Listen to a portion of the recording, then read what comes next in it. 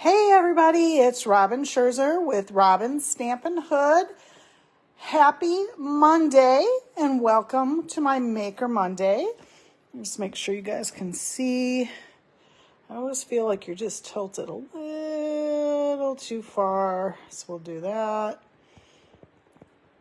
I think, I know it just moves right back, right? There we go. All right, how is everybody today? Shout out if you are out there and say hi. Oh, I see Kathy. Hi, Kathy. Hey, Penny. So we'll just wait a few more seconds. And, oh, I know I love this paper. We're going to show how to do a fun card with this. I'll just wait a few more minutes. So anybody do anything exciting this weekend? Went to Kalamazoo, Michigan, Western Michigan University, watched Sage skate. She took a second in her category. Yay, hip, hip, hooray. I was so excited. You guys, I really was. I was like crying. So she did amazing. And now this weekend, she's going to be in Arsenic and Old Lace. So she goes from the ice to the theater within minutes. So we're going to head back to Indiana this weekend. All right, let's get started. So it's November. It's cold in my studio. So if you're coming to my studio this weekend, Penny, layer. My feet are a little chilly. Got my heaters going because I'm the only one down here with body heat today. So, yeah, we're going to have some fun this weekend. All right. So this is an online exclusive paper that will become available tomorrow for everybody. As demonstrators, we got to pre-order it. Hey, Ms. Angie. It's called Meandering Meadows, and it's a 6x6. And, you know, I usually break mine down to show you, but I felt like this one you really couldn't do that because it's a really pretty scenery paper. Would that be the right word? Kind of watercolory. Yeah, right? So there's one side and there's another side. Now, what I like about this paper is they're not all like that on the other side. There's some neutrals. So there's kind of a neutrally, like clouds, right? Another one, like I said, this is very watercolory. I don't know what is it? Is it Monet? So like that, I like the back of that. They have some fun, beautiful scenes. Yeah, Monet. Hello, Monet. So there, pretty. So anyways, this will become available tomorrow. As an online exclusive called Meandering Meadows. So there is a stamp set and a die that comes with it as well. I didn't get it because it wasn't one of my favorites, but I loved the paper. So I wanted to show you something you can do with the paper. And then I want to show you also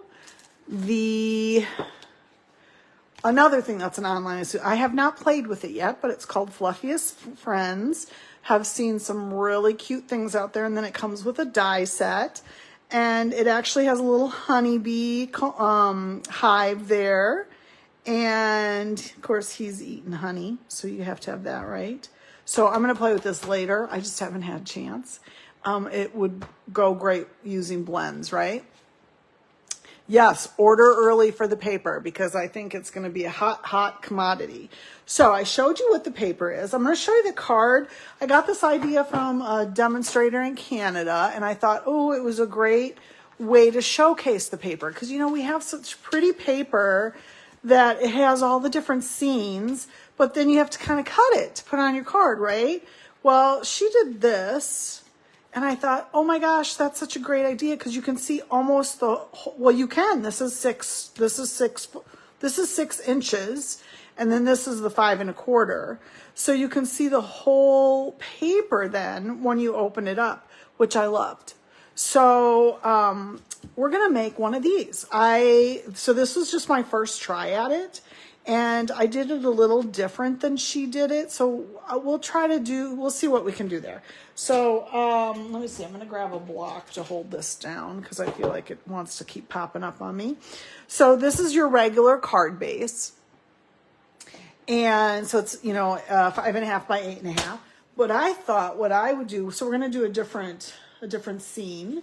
So the colors that are in this are balmy blue, basic black, blueberry bushel, cherry cobbler, crushed curry, lemon lime twist, melon mambo, night of navy, orchid oasis, pecan pie, petal pink, pumpkin pie, and shaded spruce. So there's lots of colors in this paper, in this DSP. So I decided I was going to take a different scene though. So I used Orchid Oasis as the back on this one. And this is Highland Heather. So it's a pretty simple card. You're just going to take your 8.5 by 5.5 and you're going to score it at 1.5. Let's get out your little score. So 1.5 and then at 4.25. So that's just your, your half mark on a card base, right? So that's pretty simple and it's just a real easy fun fold. So it's just going to do that. So we'll put that aside and then let's cut our paper. Now I did not cut this paper down ahead of time. So I'm going to show you what you need to do to cut it down. So it does need to be, we want to keep it the length of 6 inches, but we need to take off either the top or the bottom. So because this is so dark, I've decided I'm going to take off the bottom. So I want this to be at 5.25. So we're going to take off that part of it. So that's your strip that you have left. And we might use this depending if I screw up or not. So now there's our picture. That's what our card's going to look like. So now we need to cut this. So this is going to be cut at 2 3/4 and 1.25. And that's how you want to make sure you cut it. Because then when you lay it all back together, it's, your picture. It should look like your picture, right? Okay. So we don't need our cutter anymore. But we do need to get our little card base. So I'm going to do this just to give it a nice burnish. Because like I said, it keeps wanting to kind of pop up. Now, the gal that I watched that made this, she had done something different over on the side here. She had taken just a plain piece of cardstock and it was cut to 1 by 5.25, and then she embossed it. So 1 inch by 5 1/4 inches. But I didn't like that idea. I thought I want to utilize the paper, right? So I just took some of the paper. I guess I do need my paper cutter, but I want to make sure that's going to match this, and it does. That's the lemon lime twist. So I'm just going to cut an inch off, and then I'm going to go ahead and cut that down to 5.25, and that'll be my side piece. I just liked it better than, sometimes when you do the embossing, it kind of shrinks the paper a little bit too. So I wanted to utilize as much of the paper as I can. It's so pretty, it's like, how can you not, right? So I'm going to go ahead and start with this piece, and you just kind of want to frame it out. This is going to have a piece of paper on it too. So I'm just kind of framing it out onto this piece. When I say framing out, I'm talking about having the cardstock that goes around the designer series paper being pretty even.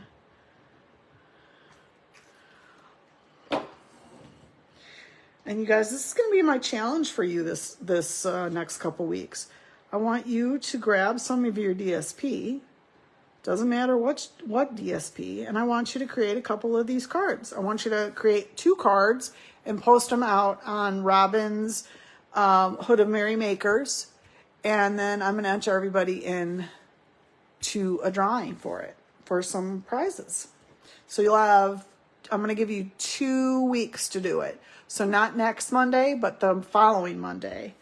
Need to post them out there. Okay, so there's the first piece. And then now this gal that I watched, now again, you got to make sure you're keeping your paper the way it should be, because then you're going to take your next piece and you're going to put it here and you're going to frame it out here. So you kind of want to look at, see how I'm looking at the frame here and around. So you want to make it nice and even. Okay, but I'm not going to put the glue on the paper. I'm going to put it on the cardstock, because otherwise I will glue it down like I should not. All right, so let's do that again, shall we? And then I like the glue because I can maneuver a little bit if I need to. And I think that looks pretty even. Do I have it far enough up? There you go. See a little better. All right, so now there's that. So now when you open the card, it's gonna lay flat like this. So our next piece that I wanna put on is this piece. And I'm just gonna kind of set these down before I glue them down, because I wanna make sure I have a nice even spacing with these. So I'm gonna scoot these a little bit closer to the fold, but you don't want to go on top of the fold, otherwise obviously you won't be able to fold the card. But so you have that. Now this is where I struggled. The gal that I watched do it, she had cut a piece of white cardstock that was 2 inches. Is this my 2-inch one? No, that is not my 2-inch one. This is my 2-inch. And she butted these up against each other. But then I had this kind of a bigger gap here. So I didn't really like that. So I made a bigger piece. And let me show you what happened, because I did that.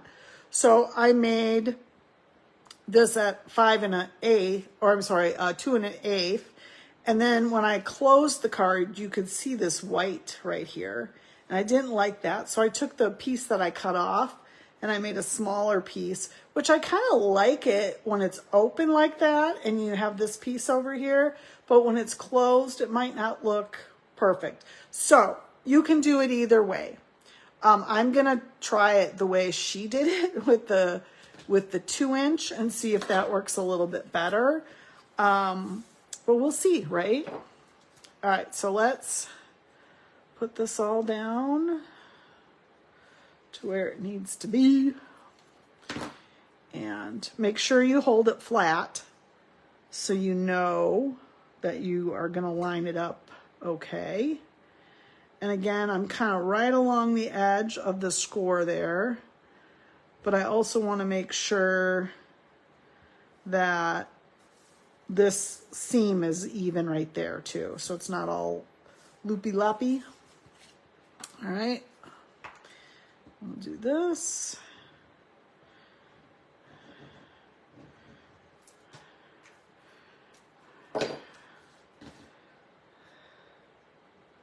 Okay, and then we're gonna, I just want to get a little closer so it looks a little bit more like that's how it should be. You know what I mean? Like you don't want too much of a gap right there. You kind of want them to match up a little bit. Mine's still not quite where it needs to be, but it'll work. And then your white piece is going to go here. I'm not going to put it down yet because I want to show you what I mean. Like if we close it, so now that works. But if I put the bigger piece, the 2 1/8, and butted it right up against, and I went to close it. Oh, now see, this one might work, but you can still see that little bit of white. So, but my frame looks a little bit better. I don't know. What do I do, girls? What do I do? I mean, I suppose I could overlap just a tad on that, right? Let's see if that works. And then if I close it. Yep, that works. Right? I don't know. But let's see. I'm going to do this one more time. No, see, I like the framed out piece just a little bit better when I do it this way. Does that make sense? Are you guys going, what is she doing? I'm just going to do the bigger piece. How about that?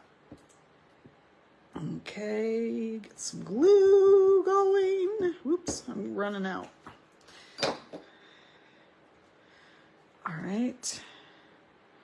I'm just going to overlap just a tad. Just a tad, so I have a nice frame there. I think my frame is good. Yep, I'm good. All right, now I'm going to rub it, get it down. I probably should have stamped that piece because you know what I always say, you stamp it and then you go, oh boy, I messed that up. So I'm going to use this stamp set. This is a stamp set that's in the catalog. It's from one of the $1 Million gals that have sold $1 million. And if you know me, you know I'm a Christian. And I'm going to use the Proverbs. I am a total Proverbs girl because it's very practical. And I'm way more practical than mushy. So I think I'm going to use that. And I'm going to grab the Highland Heather. And we'll see what it looks like here. I have some friends that love Psalms, but they're too gushy for me. Like I said, I love Proverbs because it's very practical. It basically tells you, get your act together. This is what you got to do. And that's kind of who I am. So this is Proverbs 3:5. And I am going to stamp a little high. So whoever gets the card, you can sign it. You can write on it if that makes sense.